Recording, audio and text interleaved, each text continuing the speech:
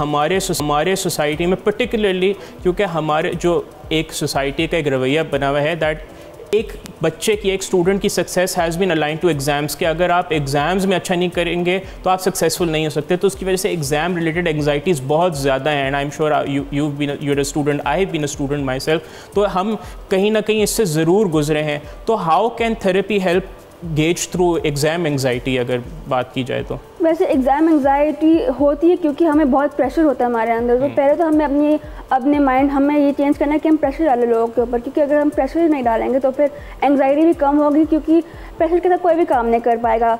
जैसे कि पूरी पढ़ाई करके जाओगे लेकिन फिर भी एग्ज़ाम के दौरान माइंड ब्लैंक हो जाता है क्योंकि हम प्रेशर पे बहुत है। तो पहले तो हमें अपना प्रेशर कम करना है। हम इंसान में प्रेशर को कर नहीं है, तो हमें अपना पहले प्रेशर कम करना है।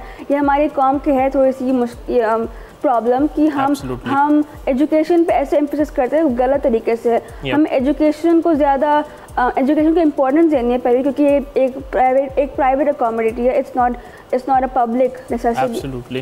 तो पहले हमें वो भी करना है, लेकिन हमें एग्ज़ाम के ऊपर वो हमें अप्रोच भी चेंज करनी है। और फिर लेकिन एग्ज़ाम एंग्जाइटी के लिए अलग मेथड, जैसे कि डीप ब्रेथ्स कर सकते हैं एग्ज़ाम के दौरान। एक और अप्रोच है 4 3 2 1, बेसिकली हम विल थोड़ा to connect to all the senses in the body. So 4 things that you can hear, 3 things that you can smell, 2 things that you can